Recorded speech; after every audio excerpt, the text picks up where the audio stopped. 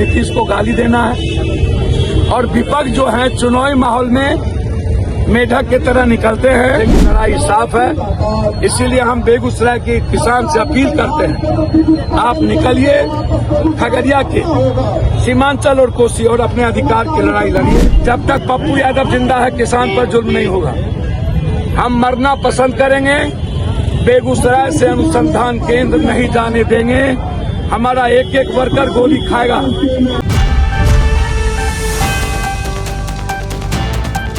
एक ईंटा उन्होंने नहीं लगाया, बेगूसराय में एक ईंटा नहीं लगाया।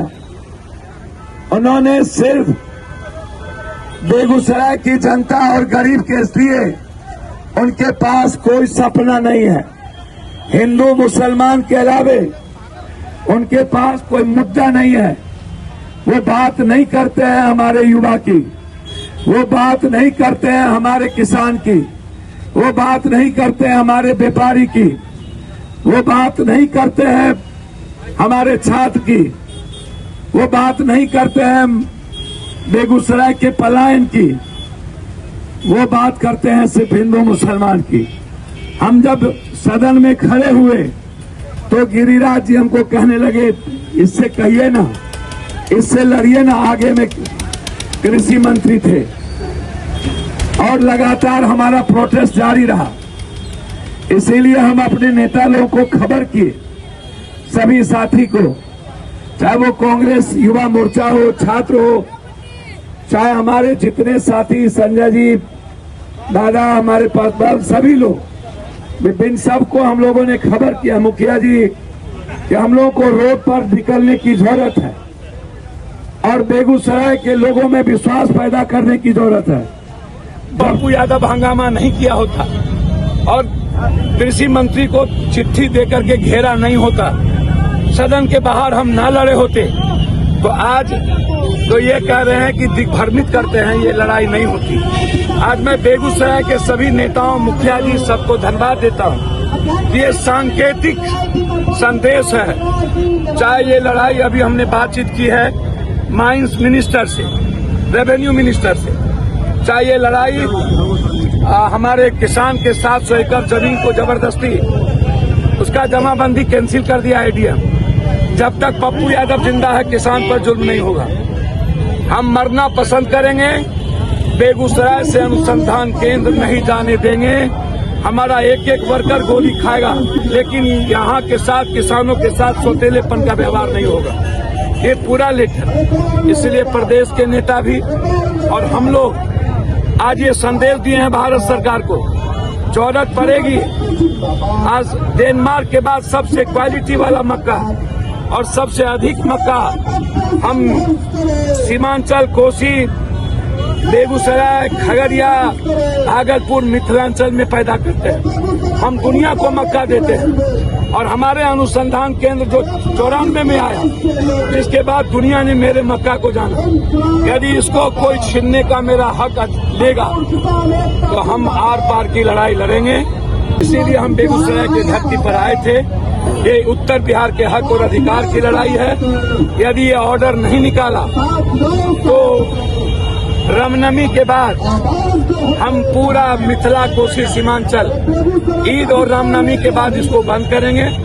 हम रामनवमी की भी, ईद की भी और साथ साथ बिहार दिवस की भी पुनः एक बार अपने संविधान बचाने का संकल्प लेते हैं। अपने गीता, रामायण, बाइबिल, बुद्ध के रास्ते चलकर आर्थिक आजादी का संकल्प लेते हैं। जब तक किसानों का मूल्य, जब तक मकान का मूल्य, मक्का का मूल्य 3 गुना नहीं होगा, बिचौलिया से हमें मुक्ति नहीं मिलेगी। जब तक खाद हमें 250 पर यूरिया और 600 पर हमको जब तक डीएपी नहीं मिलेगा, तब तक हम चैन से नहीं बैठेंगे। लड़ाई साफ है। इसीलिए हम बेगूसराय के किसान से अपील करते हैं, आप निकलिए खगड़िया के सीमांचल और कोसी और अपने अधिकार की लड़ाई लड़िए। मैं धन्यवाद देता हूँ बेगूसराय के साथियों को और अपने नेताओं और पत्रकार भी। हवा सबसे ज्यादा साफ है। हम हिंदू मुसलमान नहीं करते हैं। चुनावी माहौल है, इसीलिए बीजेपी के पास कोई मुद्दा नहीं है। नीतीश को गाली देना है और विपक्ष जो है चुनावी माहौल में मेढक की तरह निकलते हैं और जाके होली उन्हें याद नहीं आता, रामनवमी याद नहीं आता। चुनाव के लिए वो कभी सीमांचल में जाते हैं। आज तक जब से लालू जी और उनके परिवार सीएम बने कभी भी वो सीमांचल में जाके रोजा नहीं दिया। आज उन्हें याद आया जब कांग्रेस आज अकेला चलने का निर्णय संघर्ष में ले रही है। आज हमारे लीडर छात्र के अध्यक्ष कन्हैया जी और हमारे प्रभारी वेलारू जी, कन्हैया जी ने हमें कहा कि बेगूसराय में आप लड़िए, उस लड़ाई को इधर मैं लड़ रहा हूं। जब संघर्ष के लिए कांग्रेस निकली है तो विपक्ष के पेट में दर्द हो गया। जब एनआरसी में गायब, जब आप वक्फ में गायब, तलाक में गायब, तो आप ये रोजा दे करके आप मुसलमान या अंबेडकर या एसटी एससी के मुद्दों को, आरक्षण के मुद्दों को भटकाते हैं। कांग्रेस ने ओबीसी और एसटी को 43% आरक्षण तेलंगाना में दे दिया। का एक्टी नहीं बनाएंगे। आज हमारे पास नोटिफिकेशन ऑर्डर है गिरिराज का नोटिफिकेशन, इसका क्या कहते हैं, कृषि मंत्री का। उन्होंने जो क्वेश्चन का जवाब दिया कि हम लेके चले गए, उनका चिट्ठी है। हाँ, उनका चिट्ठी है। ये देखिए, ये पकड़िए, इसको उठाइए। ये देखिए, जो बेईमान लोग हैं कहते हैं कि पप्पू यादव ठीक धार्मिक करते हैं। ये देखिए जवाब उसका, ये ऑर्डर है, क्वेश्चन का ऑर्डर है कि हम अनुसंधान केंद्र लेके चले गए। ये उसका हिंदी में ऑर्डर है, ये पढ़िए। ये देखिए, ये ऑर्डर है कि हम यहाँ से लेके चले गए। आपने अभी तक ऑर्डर नहीं निकाला है। गिरिराज जी, हम आपका सम्मान करते हैं। आप मेरे यहाँ भर दिन भुज्जा खाते थे, याद होगा, हम दोनों साथ रहते थे। आप 3 बार मंत्री बने, एक ईटा बिहार में नहीं लगा।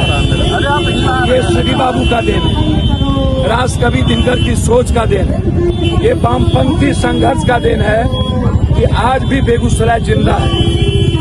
गिरिराज जी, आपने एक ईटा नहीं लगाया, उल्टे मिथिला, कोसी, सीमांचल अंग और बेगूसराय की धरती को वीरान करने की कोशिश की।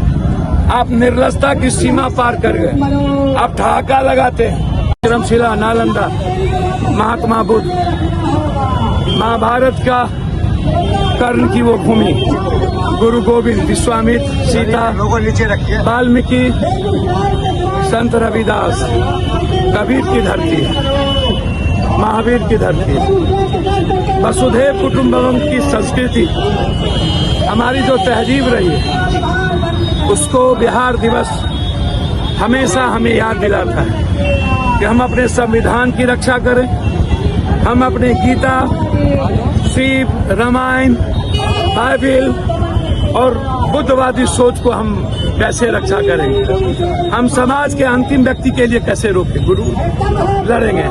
हम युवा छात्रों की खुशियों को कैसे ढूंढेंगे। हम आर्थिक आजादी की बात करते हैं, हम भ्रष्टाचार मिटाने की बात करते हैं, अपराधी और माफियाओं की और पदाधिकारी की लूट को मिटाने की बात करते हैं। बिहार दिवस पर हम संकल्प लेते हैं, जब तक बिहार को आर्थिक आजादी नहीं मिलेगी, जब तक बीपीएससी, यूपीएससी या बच्चों के एग्जामिनेशन में चोरी नहीं रुकेंगे, जब तक दलाल और दलाली खत्म नहीं होगा, जब तक डबल इंजन और भारत सरकार की सरकार मक्का मखान का 3 गुना मूल्य